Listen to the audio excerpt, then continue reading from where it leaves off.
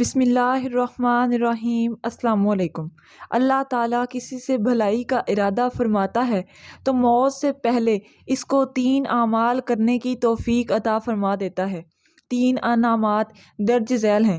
سیدنا انس رضی اللہ تعالیٰ عنہ بیان کرتے ہیں کہ رسول اللہ صلی اللہ علیہ وآلہ وسلم نے فرمایا کہ اللہ تعالیٰ اپنے بندے کے ساتھ خیر اور بھلائی کا ارادہ فرماتا ہے تو اس کو اس کے گناہوں کی سزا جلد ہی دنیا میں دے دیتا ہے، یعنی تکلیف اور آزمائش کے ذریعے سے اس کے گناہوں کی معافی کا اسباب پیدا کر دیتا ہے۔ اور جب کسی بندے کے ساتھ برائی کا ارادہ کرتے ہیں تو اسے اس کے گناہوں کی سزا دنیا میں روک لیتا ہے، یہاں تک کہ قیامت والے دن اس کو پوری سزا دے گا۔ حضرت عائشہ صدیقہ رضی اللہ تعالی عنہا سے مرفوعاً روایت ہے کہ جب اللہ تعالیٰ کسی بندے کے ساتھ خیر کا ارادہ فرماتا ہے تو اس کے مرنے سے 1 سال پہلے ایک فرشتہ اس کے پاس بھیج دیتا ہے جو اسے برائی سے روکتا ہے اور اسے نیک راہ پر ڈالتا ہے، یہاں تک کہ اچھے وقت پر اس کی موت واقع ہو جاتی ہے تو لوگ کہتے ہیں یہ بندہ بہت مبارک وقت پر فوت ہوا ہے۔ فقہائے کرام نے لکھا ہے کہ مسواک کی سنت کے منافع میں سے موت کے وقت کلمہ شہادت کا یاد آنا بھی ہے، لہٰذا مسواک کا بھی خوب اہتمام کرنا چاہیے۔ یہ عمل بھی حسن خاتمہ کے لیے بہت مفید ہے۔ حضرت عبد الرحمن سے روایت ہے کہ میں حضرت عبداللہ بن عمر رضی اللہ تعالیٰ عنہ کے پاس پہنچا، وہ کعبے کے سائے میں بیٹھے تھے اور لوگ ان کے ارد گرد جمع تھے۔ میں نے انہیں فرماتے سنا کہ ایک دفعہ ہم رسول اللہ صلی اللہ تعالیٰ علیہ وآلہ وسلم کے ساتھ سفر میں تھے، ہم ایک منزل میں اترے، ہم میں سے کوئی شخص ابھی خیمہ لگا رہا تھا، کوئی بطور مشق تیر اندازی کر رہا تھا اور کوئی اپنے جانوروں کو چرانے کے لیے نکال رہا تھا کہ اتنے میں نبی کریم صلی اللہ علیہ وآلہ وسلم کے منادی نے اعلان کیا، نماز کے لیے اکٹھے ہو جاؤ۔ چنانچہ ہم سب اکٹھے ہو گئے۔ نبی کریم صلی اللہ تعالیٰ علیہ وآلہ وسلم کھڑے ہوئے اور ہمیں خطبہ ارشاد فرمایا۔ آپ صلی اللہ علیہ وآلہ وسلم نے فرمایا، جو بھی نبی مجھ سے پہلے گزرے ہیں ان پر ضروری تھا کہ اپنی امت کی ان باتوں کی طرف رہنمائی فرمائیں جنہیں وہ ان کے لیے بہتر سمجھتے تھے اور انہیں ان چیزوں سے ڈرائیں جنہیں وہ ان کے لیے برا سمجھتے تھے، اور تمہاری اس امت کی خیر و بھلائی اس کی ابتدائی لوگوں میں رکھ دی گئی ہے۔ بعد میں آنے والوں پر بڑی آزمائشی حالات ہوں گے جنہیں وہ ناپسند کریں گے، بے شمار فتنے آئیں گے جو ایک دوسرے کے مقابلے میں ہلکے معلوم ہوں گے، ایک سے بڑھ کر ایک ہوگا۔ ایک فتنہ آئے گا تو مومن سمجھے گا کہ یہ مجھے ہلاک کر ڈالے گا، پھر وہ فتنہ ٹل جائے گا اور اس کی جگہ ایک اور بڑا فتنہ آئے گا، مومن کہے گا یہ ہلاک کن ہے، اس سے تو میں بچ ہی نہیں سکتا، پھر وہ بھی ٹل جائے گا۔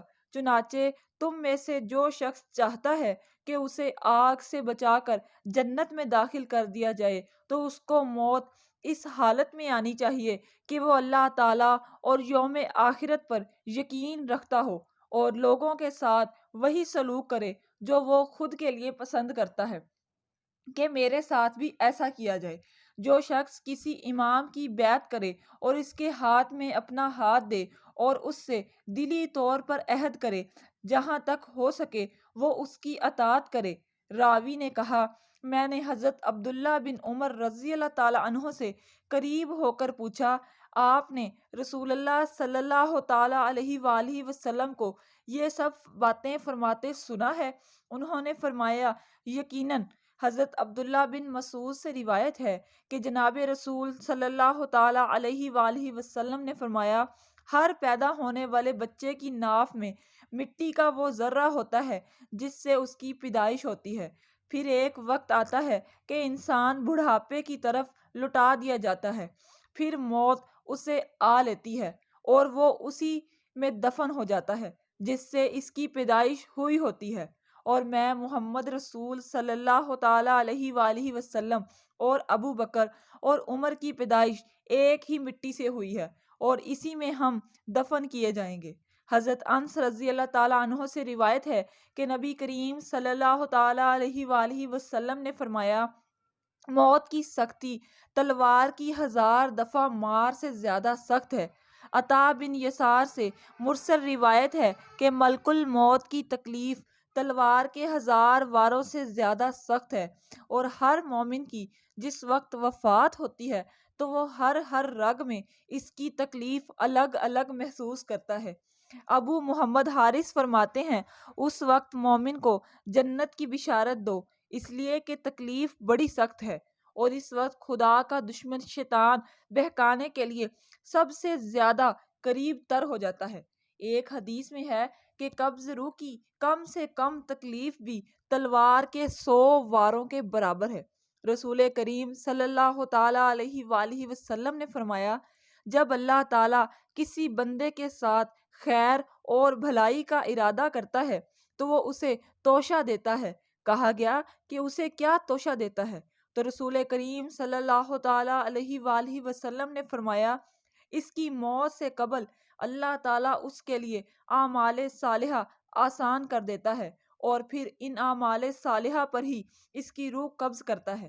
نبی کریم صلی اللہ علیہ وآلہ وسلم کے بارے میں آتا ہے، حضرت عائشہ صدیقہ فرماتی ہیں کہ موت کے قریب آپ صلی اللہ علیہ وآلہ وسلم کے پاس پانی کا پیالہ رکھا ہوا تھا۔ آپ صلی اللہ علیہ وآلہ وسلم اس میں بار بار ہاتھ مبارک داخل فرماتے جاتے اور چہرے مبارک پر ملتے اور یوں فرماتے، ترجمہ: اے اللہ، موت کی سختی اور شدت میں میری مدد فرما۔ یہ دعا ہمیں بھی کرنی چاہیے۔ موت کا تو کوئی بھی نہیں پتا کہ کس وقت آ جائے، اس کو ہم یاد کرتے ہیں تاکہ جب اپنے اوپر موت کا معاملہ پیش آئے تو اس دعا کو ہم پڑھتے رہیں۔ یہ سنت ہے۔ اللہ تعالیٰ اپنی رحمت سے ہمیں یہ عطا فرمائے کہ موت کے قریب میں یہ مسنون دعا پڑھنے والے بن جائیں۔ اللہ تعالیٰ کا ارشاد ہے، اے ایمان والو، تم اللہ کا ذکر خوب کثرت سے کیا کرو۔ دوسرے مقام پر فرمایا، اور بکثرت اللہ کا ذکر کرنے والے مرد اور اللہ کا ذکر کرنے والی عورتیں، ان سب کے لیے اللہ تعالیٰ نے مغفرت اور اجر عظیم تیار کر رکھا ہے۔ خوب سمجھ لو کہ اللہ کے ذکر سے ایمان کی حفاظت کر کے حسن خاتمہ کی سعادت کو حاصل کیا جا سکتا ہے۔ چنانچہ حضرت معاذ بن جبل نے اپنے قریبی ساتھی اسود بن حلال، جو ایک بہت بڑے تابعی تھے، سے کہا، ہمارے پاس کچھ دیر بیٹھ جاؤ تاکہ ایمان تازہ کر سکیں۔